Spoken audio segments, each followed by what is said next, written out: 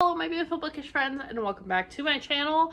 Today we are going to be doing my end of year TBR. I haven't done one of these in a long time, so let's talk about all the books that I want to read before the end of 2024 and what my goals are for the end of the year, like where I'm at with my reading goals.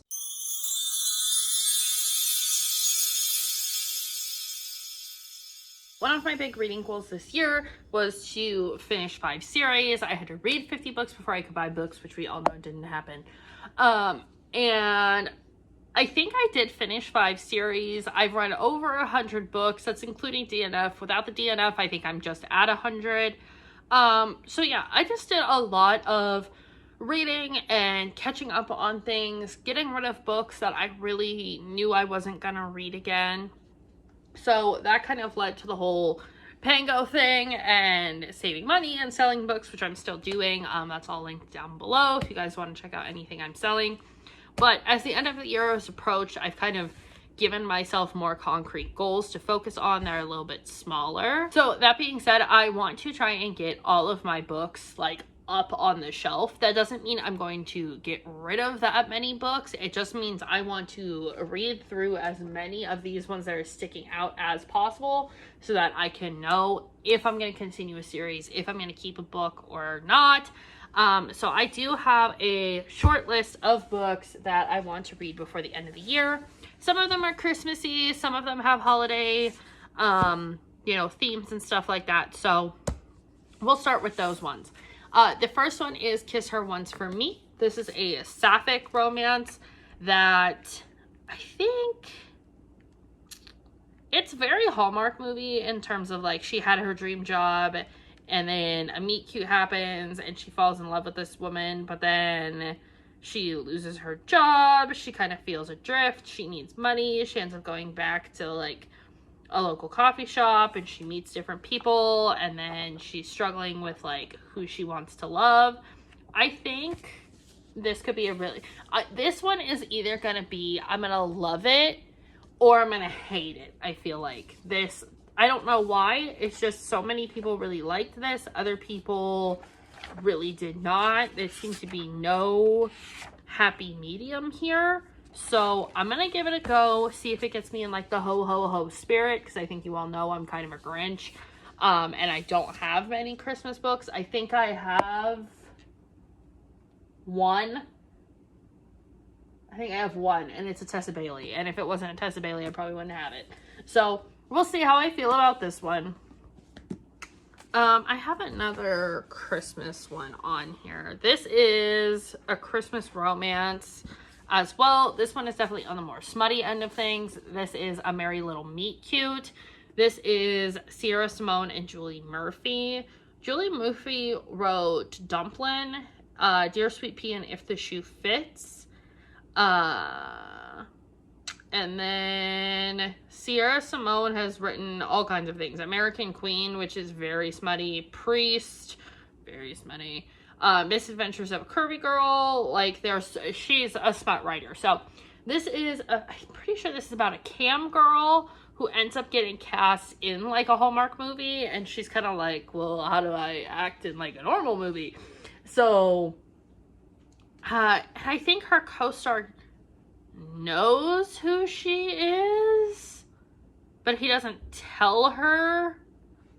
Yeah, he knows who she is, like he's subscribed to her like OF, and he doesn't tell her. So, but it's a curvy character. I think it'll be cute. I don't know, we'll see. That one's a series as well. The third one I think just came out, but the second one is a Holly Jolly Ever After. So if I like this, then maybe I'll get the other holiday books. I'll actually have a small Christmas book collection on my shelves. I wouldn't count on it though. So in the terms of getting caught up on series, I am very behind on Anna Huang. This woman is a writing machine. I have the second book in the King of Sin series. This is King of Pride. This is Kai's story. This is the Purple Spine. I just recently got King of Sloth, so I need King of Greed. But I'm not even caught up on the Twisted series yet, so I think I really loved King of Wrath, and I think that's why I've been waiting to read this one. I do want to get into this month. This is about Isabella. She shows up as the bartender, and Kai is the like media empire CEO tech like guy. He's the one with glasses and he's British. In the first one, he's friends with Damien. So, right, is his name Damien? Dante. I was close. I just want to get more caught up on this series. This is the second book, and now I have the fourth, but the fifth one's coming out soon, so I'm hoping by very early into the new year, I will be caught up on this series. Then, speaking of series I want to get caught up on, I have Maureen Johnson's last book in the Truly Devious series. This is 9 Liars. This is one of the, like, there's the core trilogy, and then she did The Box in the Woods, which is all the same characters, just after that whole crime, like that story and crime is solved. This is a new crime, a new story. This is still with Stevie and her Ellingham Academy friends. There's 7 suspects, 2 murders, and 1 killer still playing a deadly game. I just want to kind of be done with this series. Not that I don't like it, I very much enjoy it. But I haven't read like a game-based mystery since I read The Brothers Hawthorne, which was in January. So I really want to get through a lot of my thrillers because those books are ones that I usually read once and kind of pass on to the next person if I don't really, really love them, or I kind of see the twist coming from a mile away. I'll kind of sell them to somebody else or like give them away to my friends and stuff. So yeah, I just need like a little bit of mystery. I also want to finish my book of the month challenges. So I have 3 book of the month books here that will help me do that. One is How to End a Love Story. This is a TV writer. I'm pretty sure she's a best-selling author. And then she ends up getting a spot in the writer's room on the TV adaptation of one of her novels. But the guy that she broke up with and like can't stand is also in that writer's room. So I think this will be a fun like workplace romance. I haven't read one of those in a long time. I also have The Ornithologist Field Guide to Love. This is an adventure romance. I talked about this in my last book haul that I really want to change up the type of romance I'm reading. Not that I don't love my contemporary and my historical and my sports, but I just need some variety. This is supposed to be a mix of The Mummy and Indiana Jones, I think, is what people have kind of compared it to. It's very rom-com-y, it's very fun and light, but there's also these suspenseful, archaeological, historical fantasy rom-com is what it says. So there's manners, tea, helicopters, and parasols. So I really like that it's a little bit set in the past and we're getting this kind of just something different, you know? I don't know. I don't feel like I'm describing this well, but they are trying to capture a rare species of bird in this. So, you know, what of these other ones that I have that in it? None of them. And then one that I'm really hoping I will like is Josie Silver's A Winter in New York. I particularly liked Winter in New York, so, and having lived there during that time, I'm hoping that I really like get that warm fuzzy feeling from when I lived up there. And this is a chef who stumbles upon a secret family recipe that might lead her to the love and life she's been looking for. So I don't think, I did read one day in December and I didn't hate it. It was okay. I think I did end up saying in my review I found one of the characters insufferable. However, hopefully that won't be the case for this one. We'll give it a shot and see. But I love reading books that are set in New York around Christmas time because it is a magical time. Winter in New York in general is just wonderful. So I have that. Also, this was one of my most anticipated releases of the year and I still haven't read it. Isn't that always how it goes?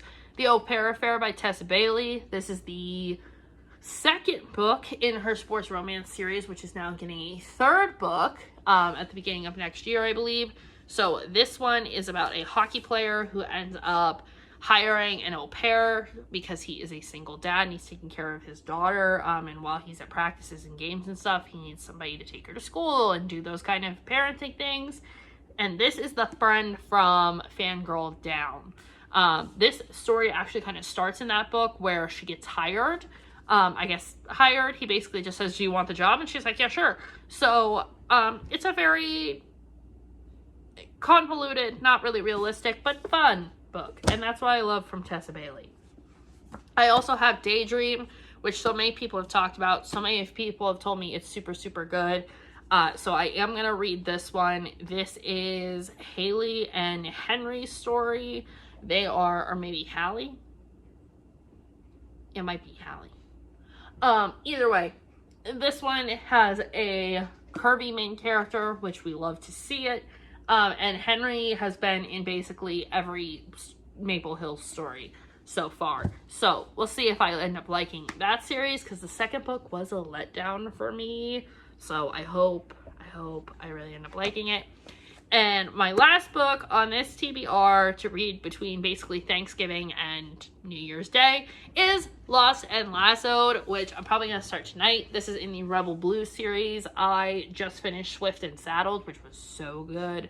And I can't wait to read this one. Hate to Love. It's a little sister's best friend and big brother romance. I can just tell you already, it's probably going to be one of my favorite of the year. So I'll probably crack into this tonight. But that is it. That is 1, 2, 3, 4, 5, 6, 7, 8, 9, 10 books to read between today, which is the weekend before Thanksgiving, until January 1st. So I think I can make that happen.